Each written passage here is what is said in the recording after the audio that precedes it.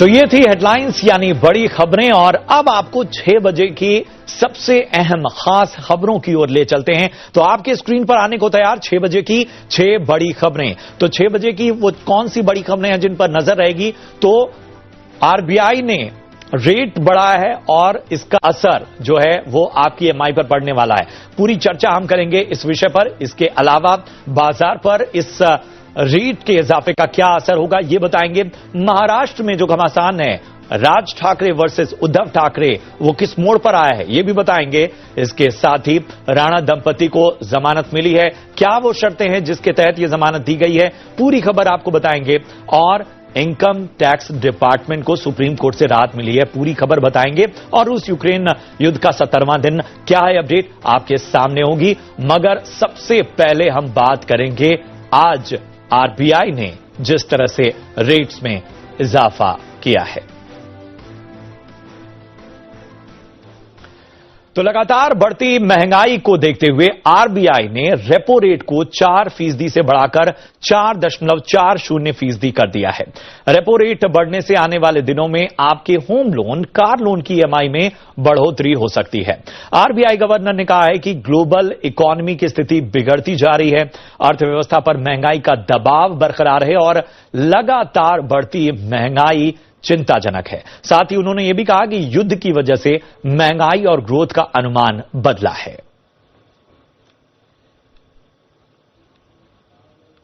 The Monetary Policy Committee voted unanimously to increase the policy repo rate by 40 basis points, 40 basis points to 4.40% with immediate effect.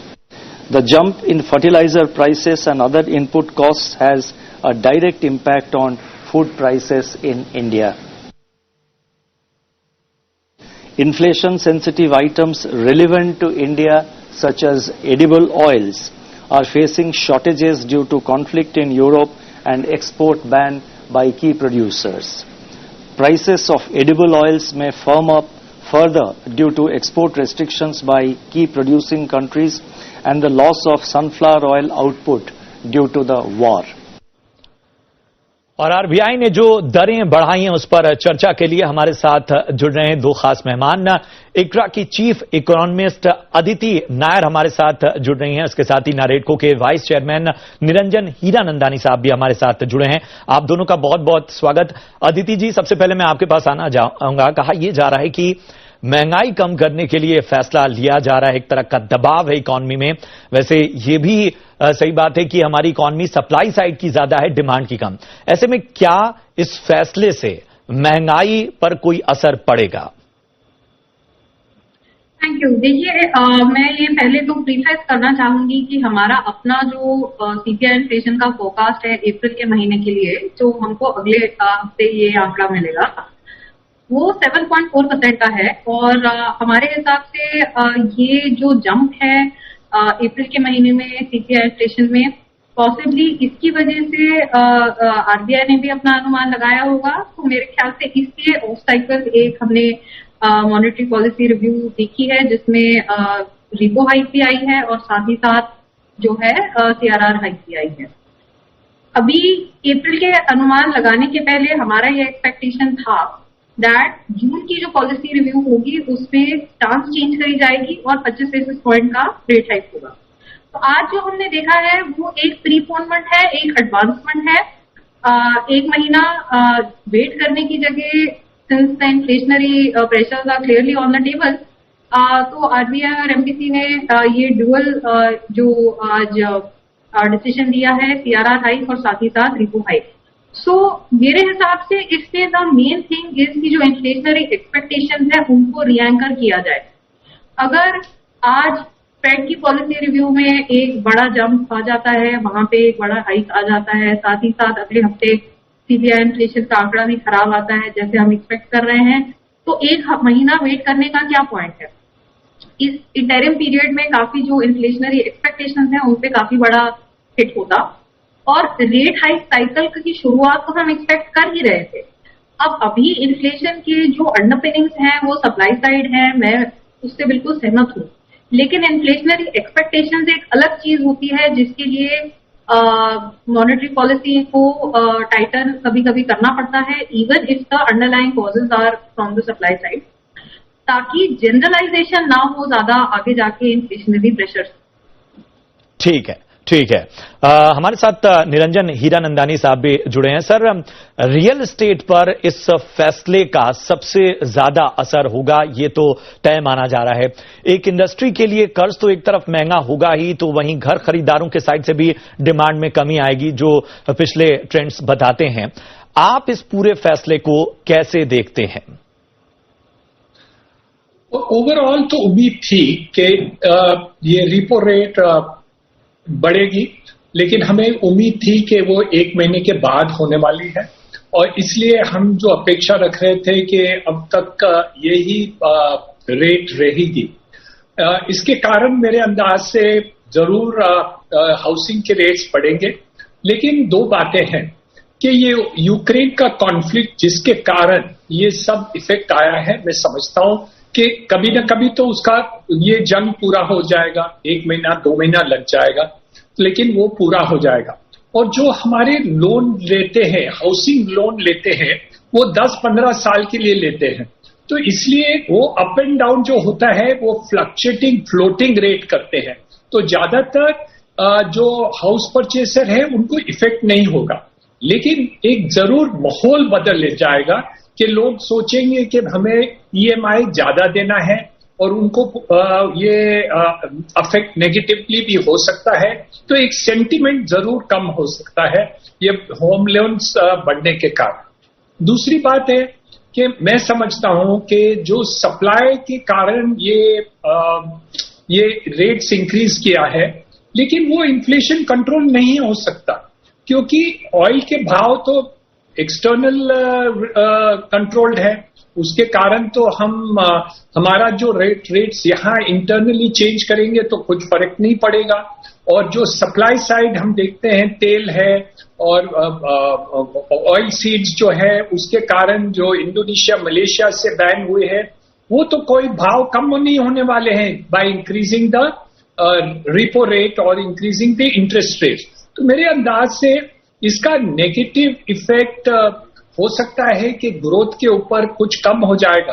तो overall जब मैं समझता हूं ये negative effect है short run में, लेकिन लंबे पौध पर मुझे नहीं लगता इसको कोई हाउसिंग के तरफ से कोई ज्यादा इफेक्ट होगा। बिल्कुल। सर, आपने कहा कि महंगाई पर जो है वो बहुत ज्यादा इफेक्ट नहीं पड़ने वाला है, क्योंकि जो इस वक्त पूरे विश्व में जो माहौल है उसका ज्यादा असर है। फिर भी सवाल मैं पूछूंगा ही कि क्या किसी तरह की कोई उम्मीद स्टील और सीमेंट के दाम कम होने की किसी तरह की उम्मीद देख रहे हैं आप इस फैसले के बाद? तो हमें हमारे जो ऑर्गेनाइजेशन नरेटको है उसके द्वारा हमने रिप्रेजेंट किया है कि जो हमारे इनपुट कॉस्ट है, जैसे सीमेंट है, स्टील है, सीमेंट के ऊपर जीएसटी 28% है, और ये कोई अल्कोहल नहीं है या कोई नेगेटिव आइटम नहीं है। वो माना रोड्स, हाईवे, स्पोर्ट्स, मकान, अफोर्डेबल हाउसिंग में हम इनपुट करते हैं। तो हमने इसका एक रिप्रेजेंटेशन किया है कि हमें इसका कुछ कम करने की आवश्यकता है। ये कम हो जाएगा, इनपुट कॉस्ट कम हो जाएगा, तो मेरे अंदाज से बहुत फर्क पड़ सकता है, क्योंकि हमारे रियल एस्टेट में हम जो जीएसटी लगती है उसमें हमें इनपुट काउंट्स की राहत नहीं मिलती। There is no input tax credit in real estate. तो मेरे अंदाज से हम उम्मीद करते हैं कि सरकार या ये काउंसिल इसमें सोच विचार करें कि कुछ इनपुट काउंट्स के ऊपर जीएसटी का टेम्पररी राहत 6-12 महीने के लिए दें, तो ये इन्फ्लेशनरी टेंडेंसी जो मार्केट में हुई है वो कम हो जाए। बिल्कुल, बहुत अहम बात आपने कही। और एक और बड़ा अहम सवाल है आपसे। रियल एस्टेट सबसे बड़ा एम्प्लॉयर माना जाता है, ऐसे में सरकार को क्या कदम उठाने चाहिए इस सेक्टर की और बेहतरी के लिए? वो बातें हैं। एक तो मेरे अंदाज से ये इंटरेस्ट कॉस्ट बढ़ाने के कारण हमारी जो जीडीपी की हम अपेक्षा रखते थे कि ये बढ़ सकता है, वो नहीं हो सकता। तो मेरे अंदाज से हम समझते थे कि 8% से 7% हो गई, वो वापस 8 या 8.5-9% हो जाएगी इस सालाने एंड तक। तो वो अभी ये इंटरेस्ट रेट बढ़ने के कारण मुझे नहीं लगता कि वो हम कॉम्पेंसेट कर सकते हैं। ये बहुत बड़ी बात है। और सेकंड, हाँ, सरकार जो चाहते हैं, प्रधानमंत्री जो चाहते हैं कि फाइनली हमें $5 ट्रिलियन इकोनॉमी करना है, तो उसके ऊपर हम जब तक 10% से ज्यादा जीडीपी ग्रोथ नहीं हो तब तक हम वो पहुंच नहीं पाएंगे।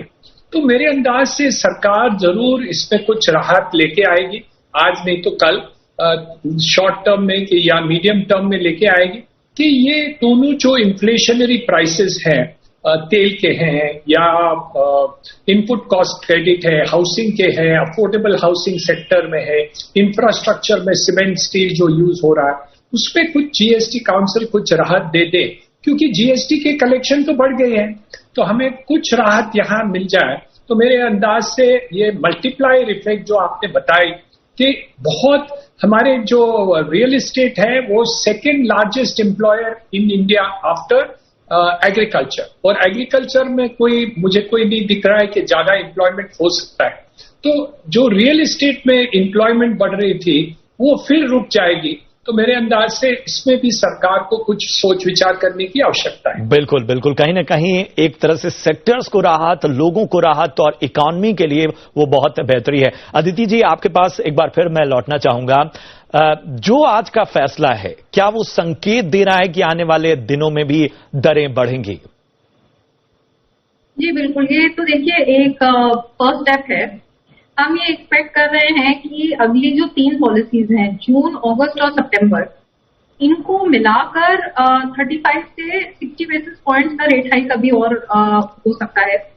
उसके बाद मेरे हिसाब से एक पॉज होगा, क्योंकि जैसे हिरानंदानी जी बोल रहे हैं, क्लियरली ग्रोथ ब्रॉड बेस्ड नहीं है और अभी भी अनसर्टेन है, और जिस तरह से कमोडिटी प्राइसेस ऊपर जा रहे हैं, उसका इन्फ्लेशनरी इम्पैक्ट हो रहा है, तो उससे घूम फिर के वापस डिमांड पे तो इम्पैक्ट होता ही होता है। तो थोड़ा अभी रेट हाइक होगा, उसके बाद पॉज होगा, और फिर हमें लगता है कि एक second part of the upcycle या तो इस फिस्कल ईयर के Q4 में होगा या फिर अगले फिस्कल ईयर के Q1 में होगा। क्यूमुलेटिवली हमें ये लग रहा है कि रिपो रेट जो आज सुबह तक 4% पे था, वो फाइनली बढ़ के 5.5% पे आ जाएगा मेरे हिसाब से अगले साल के by the middle of next year. बिल्कुल, बहुत बहुत शुक्रिया करेंगे अदिति जी हमसे जुड़ने के लिए, उस विशेष चर्चा के लिए। हीरानंदानी साहब, बहुत बहुत धन्यवाद आपका हमसे जुड़ने के लिए और इस खास विश्लेषण के लिए। उम्मीद यही करते हैं कि कुछ ऐसे और कदम उठाए जाएं जिससे और बेहतरी हो और लोगों को राहत मिले। चलिए अब बढ़ते हैं आगे और बात करते हैं आज के बाजार की। हफ्ते का तीसरा कारोबारी दिन शेयर बाजार ने सुबह में हरे निशान के साथ कारोबार की शुरुआत तो की। दिन में कारोबार के दौरान LIC का IPO खुलने से भी जो निवेशक थे वो उत्साहित दिखाई दिए, लेकिन दोपहर के बाद ये फैसला जो RBI की तरफ से रेपो रेट बढ़ाने का आया